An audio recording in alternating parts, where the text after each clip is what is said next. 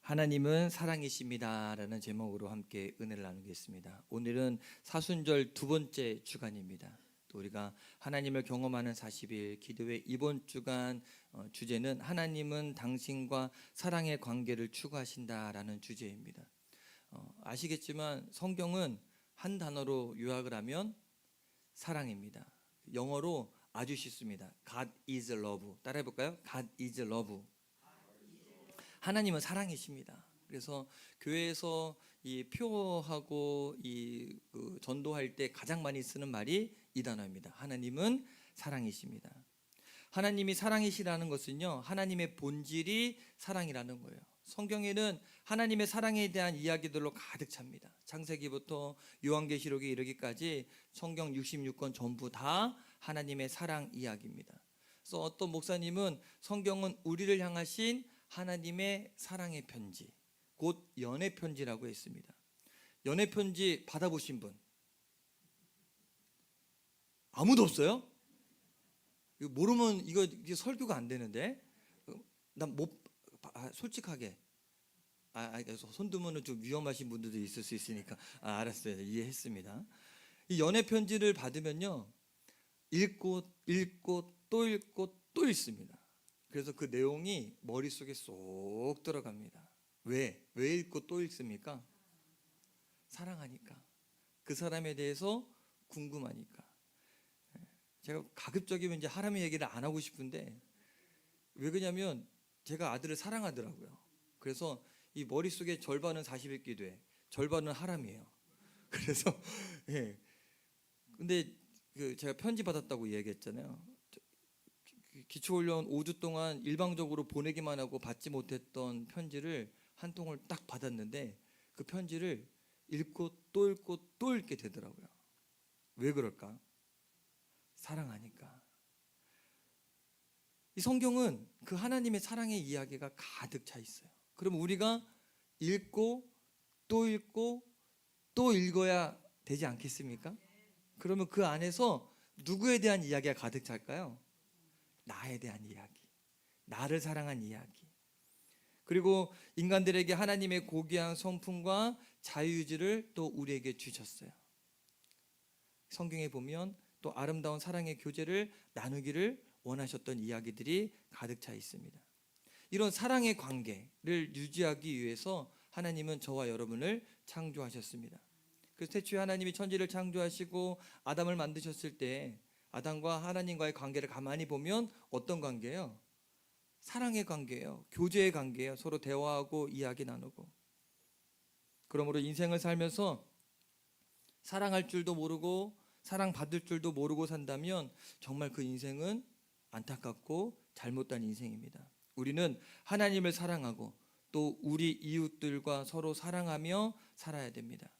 사랑을 주고받고 사는 것, 하나님의 형상대로 지음받은 우리 인간들의 존재의 본질이기도 합니다.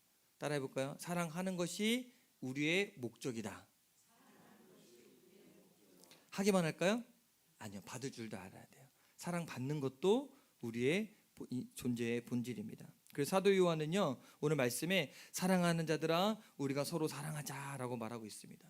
자, 그렇다면 오늘 말씀을 통해서 요한이 우리에게 무슨 메시지를 말하고 있는가 함께 우리 찾아봤으면 좋겠어요. 먼저 7절 8절을 같이 읽어보겠습니다. 시작. 사랑하는 자들아 우리가 서로 사랑하자. 사랑은 하나님께 속한 것이니 사랑하는 자마다 하나님으로부터 나서 하나님을 알고 사랑하지 아니하는 자는 하나님을 알지 못하나니 이는 하나님은 사랑이심이라. 이 8절 마지막 부분에 하나님은 사랑이심이라 라고 이야기합니다. 이 원어로 히라보를 찾아봤더니 이런 단어를 씁니다. 호데오스 아가페 에스틴. 따라해 볼까요? 호데오스 아가페 에스틴. 하나님의 본질은 여러 가지가 있겠지만 사도 요한은요, 이 본문에서 하나님의 본질, 하나님의 속성을 바로 사랑이라고 가르치고 있어요. 아가페의 사랑. 사랑은 본질적으로 하나님께 속한 것이라고 말하고 있습니다. 그렇기 때문에 서로 사랑하며 사는 사람들은요, 하나님으로부터 나서 하나님을 아는 사람입니다. 반대로 얘기하면 사랑하지 않는 사람은 하나님을 모르는 사람입니다.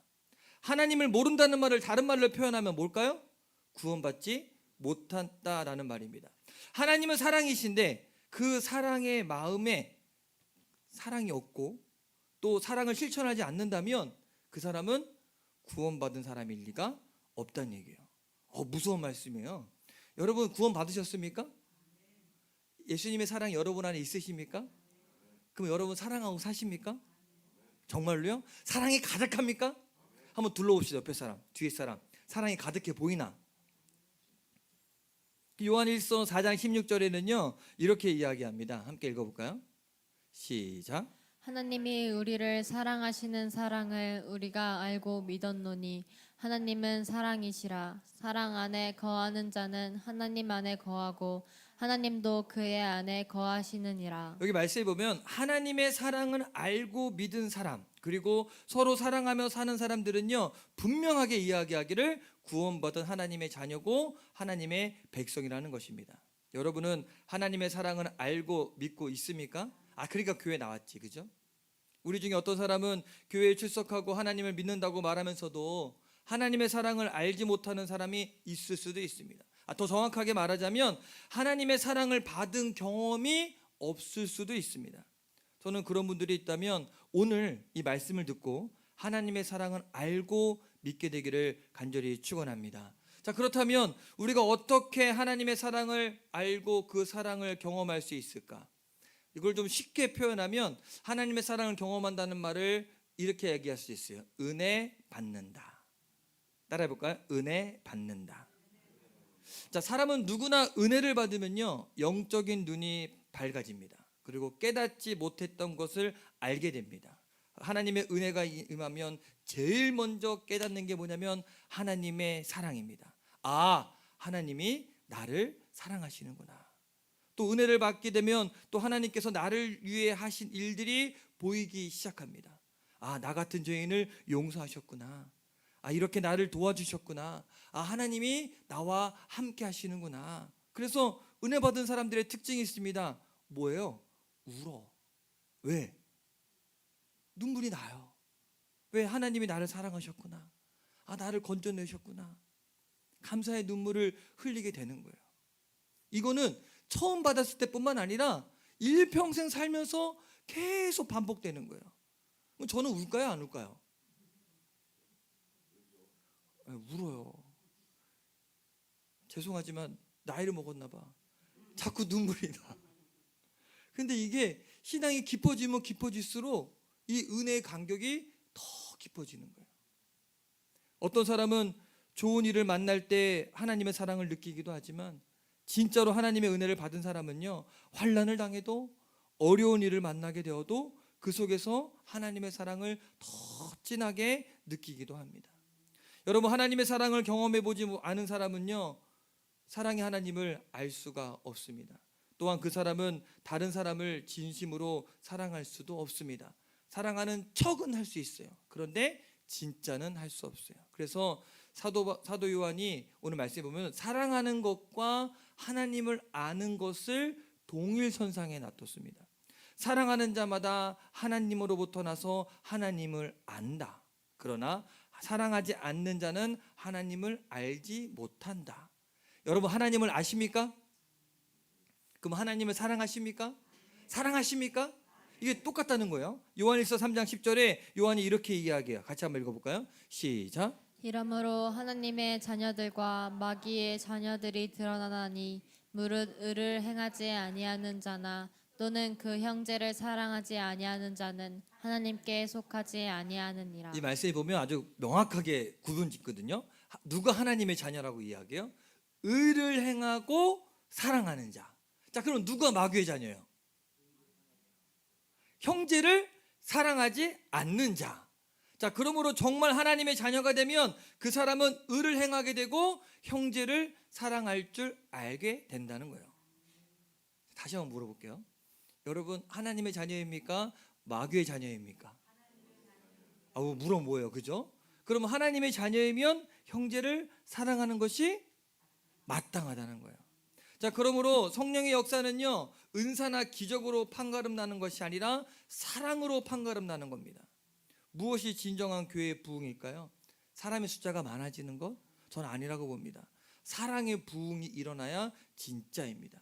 어떤 사람이 진짜 구원받았는가를 알려면 그 사람이 교회를 다니고 성경을 읽고 기도하는 걸 보는 것이 아니라 사랑하며 사는가를 보면 알 수 있습니다. 어떤 사람이 자신은 성령 받았다라고 이야기하면서 방언도 합니다. 예언도 합니다. 심지어 기도하면 능력도 나타나고 신유의 은사 나타납니다. 그런데 그런 거 보지 마시고 그 사람이 사랑하는지를 봐야 합니다. 진짜 성령의 역사라면 사랑의 열매가 맺어질 것입니다. 반면에 방언하고 기적 행하고 그렇게 하지만 교만하고 다른 사람 비판하고 미워하고 자기 욕심만 부린다면 그것은 결코 성령님의 역사가 아닐 것입니다. 여러분, 미움은요 마귀가 가져다 주는 것입니다. 마귀는 서로 손가락질하게 하고 다투게 하고 갈라서게 하지만 성령님은 사랑하게 하고 배려하게 하고 하나 되게 합니다. 성령의 역사는 그 열매로 알 수가 있습니다. 그래서 이상하게 나는 용서하고 싶지 않아, 나는 계속 미워하고 싶어, 근데 내가 은혜를 받으면 어느 순간 갑자기 용서할 마음이 생기고 이해할 마음이 생기는 거예요. 그럼 내적 갈등이 생겨. 왜?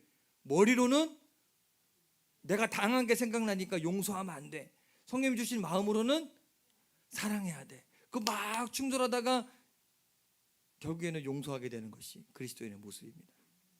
여러분, 감자탕 교회라고 아십니까? 서울 광영교회라고 있는데 왜 감자탕 교회냐면 상가 건물에 새로 얻었는데 그 건물에 감자탕 간판이 너무 큰 거예요. 그래서 교회 간판이 안 보여서 그 교회 이름이 감자탕 교회가 된 거예요. 그래서 이 교회가 부흥돼 갖고 지금 서울 광영교회라는 큰 교회가 되었는데 조현삼 목사님이 이런 이야기를 했어요. 교회 초창기 때였는데 교회가 이제 막 부흥되어질 때 교인들이 그렇게 싸우대요. 그래서 막 싸워서 왜 자꾸 싸우나 이 목사님이 물어봤대요. 왜 자꾸 싸우시냐고. 그랬더니 잘해 보려고 싸운다고 이야기한다는 거예요.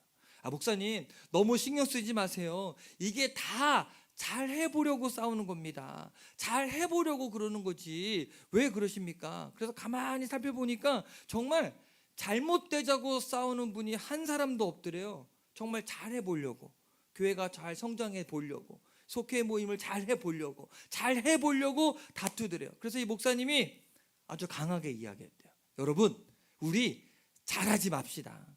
잘하려고 싸울 거면 싸우지 말고 그냥 못하는 게 더 나을 것 같습니다. 여러분, 잘하려고 싸우는 것 정말 미련한 겁니다. 싸움부터가 잘못된 겁니다. 속으면 안 됩니다. 자기 주장을 내세우고 남을 무시하고 다투게 하는 것 마귀 역사지 성령님의 역사 아닙니다. 오히려 성령님은요 자신의 주장을 내려놓게 하고 다른 사람의 말을 경청하게 하고 그리고 하나 되게 합니다. 두 번째, 우리는 오늘 말씀에서 하나님의 사랑이 이렇게 나타난 바 되었으니 라는 말을 좀 주목했으면 좋겠어요. 우리 9절 10절 한번 같이 읽겠습니다. 시작. 하나님의 사랑이 우리에게 이렇게 나타난 바 되었으니 하나님이 자기의 독생자를 세상에 보내심은 그로 말미암아 우리를 살리려 하심이라. 10절도요. 사랑은 여기 있으니 우리가 하나님을 사랑한 것이 아니요 하나님이 우리를 사랑하사 우리 죄를 속하기 위하여 화목제물로 그 아들을 보내셨음이라. 자, 여기 요한일서 4장 9절 10절에 보면 하나님의 사랑이 우리에게 어떻게 나타났는지에 대해서 설명하고 있습니다. 우리를 향한 하나님의 사랑은요 구체적으로 당신의 아들 독생자 예수님을 세상에 보내신 것으로 나타났다고 이야기합니다. 그 사랑 때문에 더러운 죄를 범하고 영원한 형벌을 받아야 할 우리 인간들을 살리기 위해 하나님은 당신의 아들 예수 그리스도를 화목제물로 주셨습니다. 이게 바로 뭐예요? 십자가 사건입니다. 사실 십자가의 사건은요 인간의 논리나 상식으로는 이해가 되지 않습니다. 어떻게 하나님이 육신을 입고 이 땅에 오셔서 피조물을 위해서 죽을 수가 있냐고요. 아무리 따져보려고 해도 도무지 계산이 안 되는 것이 십자가의 사랑입니다. 본래 한 물건의 가치를 알려면요 그것을 위해 어떤 희생을 했는지 보면 알 수가 있습니다. 여러분, 명품이 왜 명품입니까? 진기하니까? 제가 뭐 다른 게 아니라 비싸서 그런 것 같아요. 가방 하나가 100만 원, 300만 원, 뭐 1000만 원, 2000만 원 이래요. 근데 그거를 누가 만 원에 당근에다가 팔았어. 그러면 그거 얼마짜리예요? 만 원짜리예요. 그럼 산 사람은 땡 잡았지.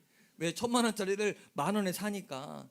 그 물건의 값어치는요, 내가 지불하는 거에 달려 있는 겁니다. 이 마이크 제가 이거 오래전에 중고로 7만 원씩 주고 샀거든요. 근데 이게 원가가 50만 원, 50만 원짜리예요. 두 개가 100만 원짜리예요. 그 100만 원 주고 사면 그 가치가 100만 원이라는 얘기예요. 7만 원 주고 사면 그 가치가 7만 원. 그럼 이 물컵은 얼마일까요? 얼마 주면 이 가치를 맡겨줄 수 있겠습니까?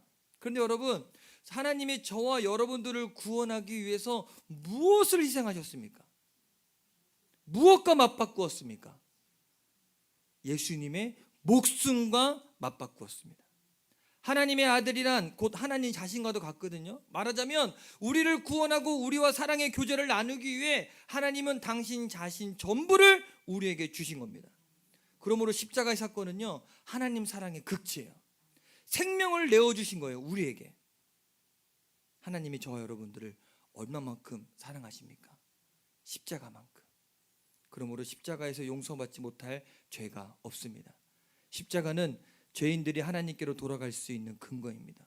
어떤 죄를 지은 사람이라 할지라도 그 죄를 용서받을 수 있는 근거가 바로 십자가입니다. 그러므로 십자가는 사람들을 죄와 죽음에서 구원하는 능력이요, 또 인간의 죄를 해결할 수 있는 유일한 길입니다. 그러므로 여러분, 우리가 십자가 그 사랑을 붙들고 살아가시게 되길 간절히 축원합니다. 그런데 더 감사한 것은 하나 있는데, 그게 뭐냐면 이런 하나님의 사랑은요, 인간들의 사랑과는 질적으로 다르다는 겁니다. 인간의 사랑은 이기적이고 제한적입니다. 인간이 사랑하는 그 대상을 보십시오. 굉장히 이기적이에요. 그래서 왜 사랑하는지 그 사랑의 조건이 붙습니다. 여러분, 여러분의 부인, 남편을 왜 사랑합니까? 뭐 대답 못하면 안 사랑합니까? 보통 연애할 때 이 연애 시작하면서 사랑의 조건이 붙습니다. 너 잘생겨서, 이뻐서, 착해서. 그래서 우리가 자녀를 교육할 때 실수하는 게 그거거든요. 네가 말 잘 들어서 이쁜 거야. 네가 뭐 해서 이쁜 거야. 그거는 아이들은 자라면서 그 조건이 붙는 사랑을 받는다고 생각을 해요. 근데 여러분, 인간들은요, 그 조건이 붙어야 사랑해야 돼요. 내 기준의 조건. 그리고 또 인간들의 사랑은 길지 못합니다. 유효기간이 있습니다. 사랑할 수 있는 시간이 얼마나 될까요? 결혼할 때 신랑 신부가, 요즘에는 주례사가 그런 주례사 안 하지만 옛날 주례사 분들은 검은 머리가 팥뿌리처럼 하얗게 될 때까지 사랑했다고 서로 합니다. 그럼 제 동생은 아직 40대인데 머리가 하얗거든요. 이제 안 사랑해도 되나? 근데 실제로 보면 요즘에는 신혼부부가요, 결혼했다가 신혼여행 갔다가 오다가 비행기 안에서 이혼한대요. 사랑의 유효기간이 도대체 얼마나 될까요? 여러분은 얼마나 가는 것 같습니까? 석 달? 3년? 10년? 우리는 걸핏하면 지쳤다고 이야기합니다. 걸핏하면 상처받았다고 말합니다. 여러분, 인간의 사랑은요, 믿을 바가 못 됩니다. 믿지 마세요. 인간이 사랑한다고 하면 그래, 지금은 사랑하겠지. 그러나 우리 하나님의 사랑은 어때요? 다릅니다. 만약 하나님의 사랑이 왔다 갔다 하고 걸핏하면 하나님이 삐지고 수시로 시험에 든다고 생각해 보십시오. 어떨 것 같습니까? 야, 너 오늘도 기도 안 했냐? 야, 오늘도 성경 안 읽었냐? 나 삐졌어. 너 하지 마. 하나님이 그런다면. 네? 야, 너 주일 예배도 빠지고 말이야. 너 그러면 되겠어? 너 오늘 내 생각 조금밖에 안 했지? 하나님 우리에게 집착한다면. 상상해 보세요, 여러분. 어떨 것 같으세요? 너무 힘들어. 하나님이 쉽게 지쳐버린다면 아마 우리에게 더 이상 소망이 없을 거예요. 왜? 우리 연약하니까. 때론 넘어지고 실수하고 아무리 잘한다고 해도 못하니까. 그런데 감사한 것은요, 하나님의 사랑은 변함이 없어요. 하나님은 노하기를 더디하세요. 기다려주시고 인내하시고 넘어져도 봐주시고, 그 하나님의 사랑은 영원합니다. 하나님의 사랑은 왔다 갔다 하지 않아요. 여자의 마음 같지 않아. 갈 때 같지 않아. 제가 여자랑 살잖아요. 그런데 위기는요, 하나님께 있는 것이 아니라 우리에게 있어요.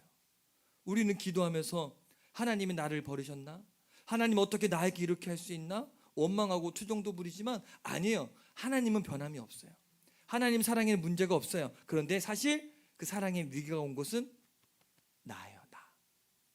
그래서 세 번째, 오늘 말씀에서 우리도 서로 사랑하는 것이 마땅하다는 말씀에 좀 주목해야 됩니다. 우리 11절 12절 말씀 같이 함께 읽겠습니다. 시작. 사랑하는 자들아 하나님이 이같이 우리를 사랑하셨은즉 우리도 서로 사랑하는 것이 마땅하도다.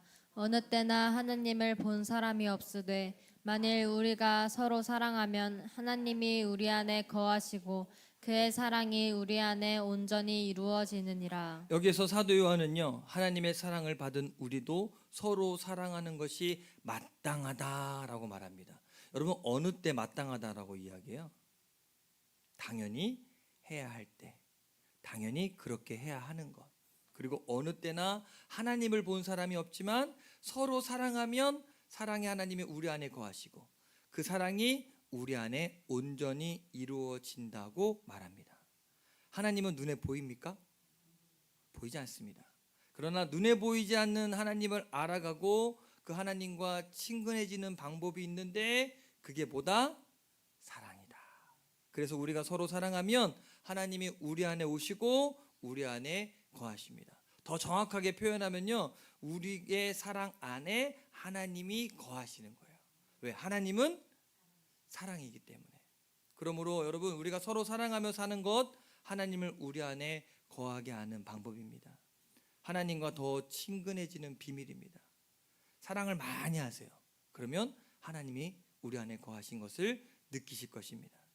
또 우리가 12절을 좀 눈여겨볼 단어가 있거든요. 12절에 보면 하나는요, 우리 안에 거하시고 라는 단어인데 헬라어로 메네이라는 단어를 씁니다. 우리 안에 오신 하나님이 우리와 친근하게 교제한다라는 의미를 갖고 있어요. 또 하나는요, 우리 안에 온전히 이루신다라는 말인데 헬라어로 테텔레이 오메네라는 단어입니다. 이거는 성취하다라는 뜻을 갖고 있어요. 그래서 이거를 좀 직역을 하면 우리가 서로 사랑하면 하나님의 사랑이 우리 안에 와서 교제하고 온전히 성취되어진다라는 의미가 있어요. 하나님의 사랑이 온전히 성취되어진다는 건 무슨 말일까요? 이거는 우리가 하나님처럼 사랑할 수 있게 된다는 겁니다. 하나님처럼 용서하고 하나님처럼 다른 사람을 품어줄 수 있다는 것입니다. 여러분, 가능할까요? 하나님의 사랑이 아까 뭐라 그랬죠? 십자가의 사랑이라 그랬어요. 생명을 내어주는 사랑, 내 것을 다 내어주는 사랑. 그러면 우리가 하나님처럼 그렇게 할 수 있게 된다는 거예요. 그러므로 여러분, 우리는 그 무엇보다 사랑하기로 결단해야 합니다. 사랑하는 것이 하나님을 만나는 길입니다. 하나님이 우리 안에 거하시고 친근한 사랑의 관계를 유지하는 비밀은 바로 사랑하는 겁니다. 하나님의 사랑이 우리 안에서 또 우리 안에서 온전히 성취되기 시작하면요, 우리는 원수까지도 사랑할 수 있고 우리를 미워하고 박해하는 사람까지도 사랑할 수 있게 됩니다. 자, 그러면 여기서 문제가 생깁니다. 난 사랑할 자신 없는데. 여러분, 어떡하십니까? 지금 미워하는 사람 혹시 있죠? 안 사랑하고 싶은 사람, 그 사람 사랑할 수 있습니까? 여전히 사랑할 자신이 없어서 걱정되는 분 계시죠? 말씀대로 살아야 되는데 어떻게 사랑하지? 자, 그렇다면 여러분, 억지로 사랑하려고 하지 마세요. 답을 드리겠습니다. 먼저 하나님의 사랑을 알 수 있도록 은혜 부어달라고 기도해야 됩니다. 사실 솔직하게 저도 그렇고 여러분도 그렇고 우리 힘으로 사랑할 수 없습니다. 실제로 미워하는 사람이 있는데 어떻게 그 미움의 감정이 갑자기 사라지고 어떻게 사랑의 감정으로 대할 수 있겠습니까? 우리의 힘으로는 안 돼요. 사랑의 하나님이 오셔야 합니다. 사랑의 하나님이 오셔서 우리 안에 하나님의 사랑을 부어주시면 그때 우리는 미움을 이기고 사랑할 수 있게 됩니다. 즉, 내가 하는 게 아니라 내 안에 계신 예수님이 하는 거예요. 성경에 보면 다른 거 다 잘하는데 사랑을 잃어버려서 책망받은 교회가 나옵니다. 어느 교회일까요? 에베소 교회입니다. 에베소 교회는 당시에 소아시아를 대표할 만큼 큰 교회였어요. 그러다 보니까 자연히 교회가 해야 할 일이 많았습니다. 그런데 여러분, 이렇게 할 일이 많은 교회가 빠지기 쉬운 함정은 사랑이 식어지는 겁니다. 일과 사랑, 바른 교리를 지키는 것과 사랑하는 것, 이 둘의 균형을 이루는 것이 쉽지 않았습니다. 일을 잘하려고 하다 보니 사랑을 놓치기 쉽고, 올바른 교리를 지키려고 하다 보니 비판하기 쉽습니다. 나는 하는데 너는 왜 못해? 너는 그것도 못하냐? 라고 따지기 시작하고 정죄하기 시작합니다. 결국 에베소 교회가 이 함정에 빠지고 말았어요. 일은 잘했는데 자칭 사도라고 하는 그들이 시험이 돼서 또 그 거짓된 것을 드러내는 일을 잘했는데 그만 처음 사랑을 잊어버린 겁니다. 그래서 요한계시록에 보면 주님이 이렇게 말씀하십니다. 함께 읽어볼까요? 시작.